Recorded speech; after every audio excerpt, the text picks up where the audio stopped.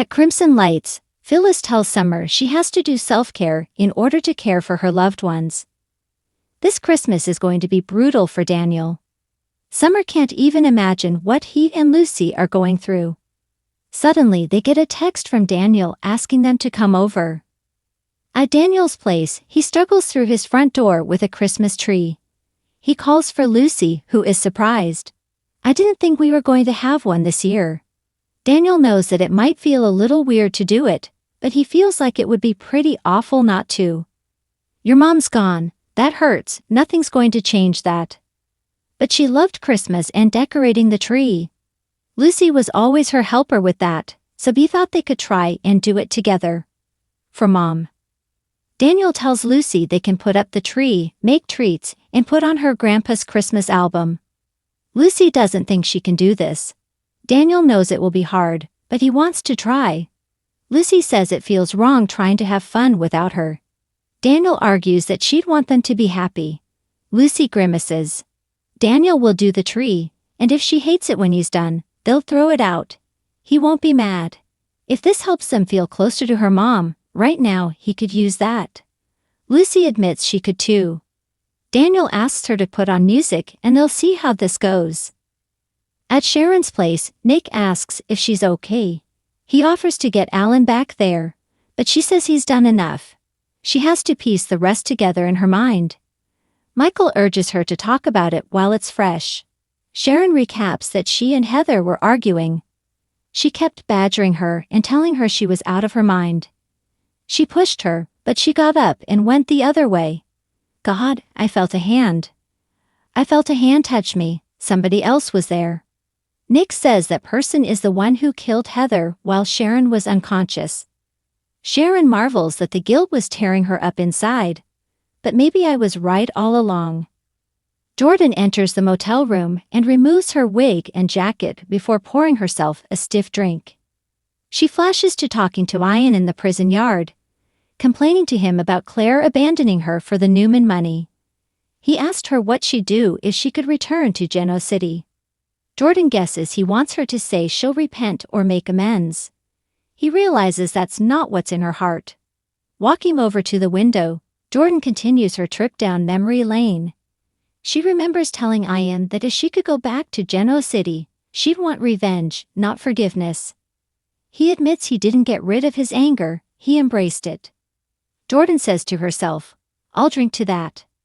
At Society, Maria tells Tessa she was nervous about the hypnosis, but Sharon is actually remembering things. Who knows what she'll recall today? Tessa wonders who ran Phyllis off the road if it wasn't Sharon. Maria doesn't know, but it's a relief knowing it wasn't her mother. She's dying to know what Sharon will remember today. As they talk, Ian stands outside in his hat and glasses and watches them through the window. Maria wonders if Heather's death and the accident are connected. Tessa tells her she knows her mom as well as anyone can. None of this ever made any sense. They should hope for the best and pray for a Christmas miracle. Maria says she loves her, and they kiss. Maria has to go and walks out. Ian creeps around the corner and parks himself at the bar by Tessa, who welcomes him to the restaurant. He grins. "I think I love it here already." Ian crows that he's excited to try the food there.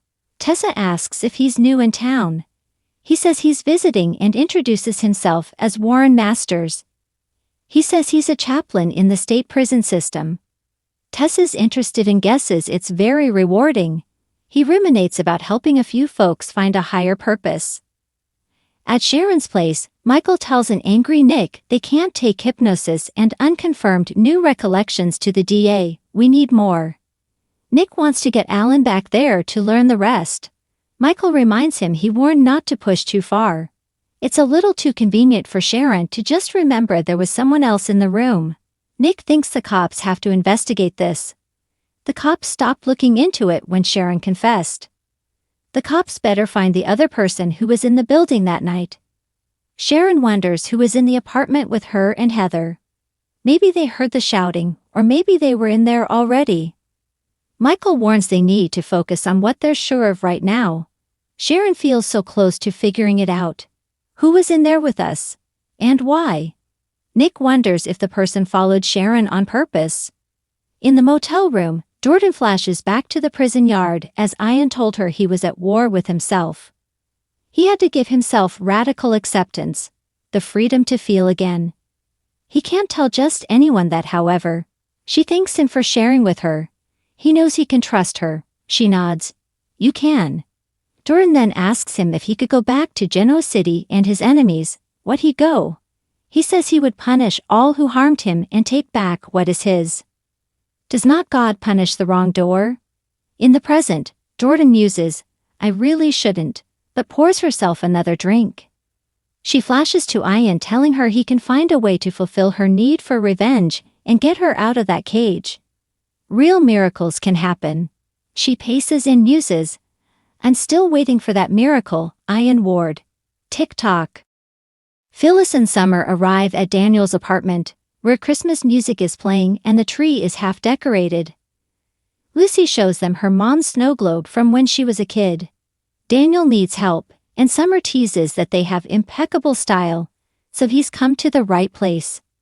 They start bashing Daniel's ornament placement, and he exchanges a look with his mom and sister, as Lucy gets up and starts fixing the tree. As the festivities continue, Phyllis tells Daniel that's the greatest tree ever. Lucy teases her dad. Daniel warns Summer that Harrison will one day be her biggest heckler. Summer will just remind him that she has Santa's direct line. Lucy recalls catching Heather with her hand in her stocking one year. Daniel tells her that her mom was stealing her candy. Lucy hopes she had everything she ever wanted. Phyllis says she did, she had you. Lucy says she would have loved this. Daniel's sure she does. Phyllis hugs her granddaughter.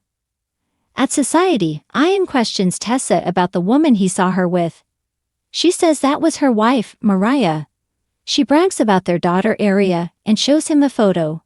He says she's blessed, and Maria is as well. At Sharon's place, she, Nick, and Michael keep going over theories about the third person in the apartment.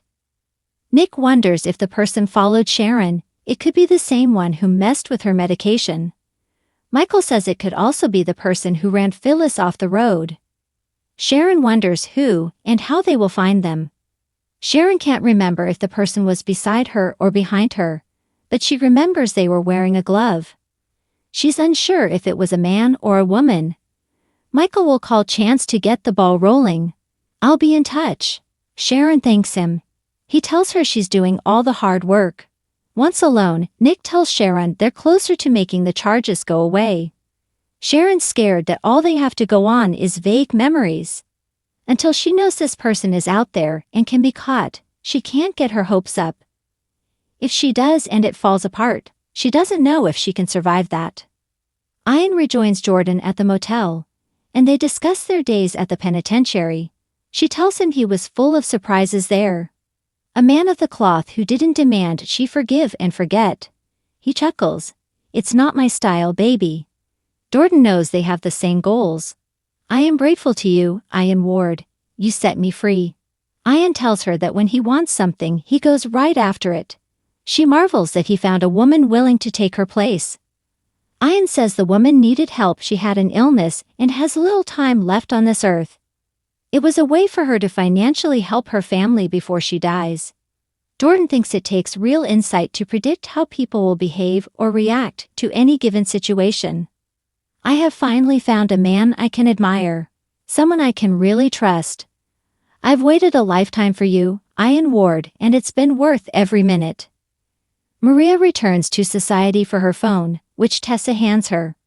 She mentions talking to a new customer, who is a minister. He was chatty, friendly, and upbeat, an angel who needs to get his wings.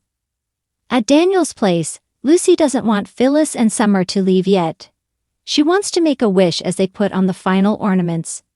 Daniel prompts Summer to go first. Summer says this is a reminder for all of them to love and support each other extra this year, and for all the years to come. For Heather's sake. Lucy wishes for her mom to stay in her heart and guide her down the right path. She wishes to not forget what her voice sounded like when she told her she loved her. Daniel takes his turn and talks about Heather always seeing the best in people. His wish is to always lead with kindness and understanding. Finally, it's Phyllis' turn. She says Heather's death was a devastating loss. She hopes that Heather will rest in peace, knowing that her death didn't go unpunished. At Sharon's place, Nick tells her they're going to find who's responsible because it wasn't you. Sharon doesn't want to get her hopes up. Nick is sure she didn't do this.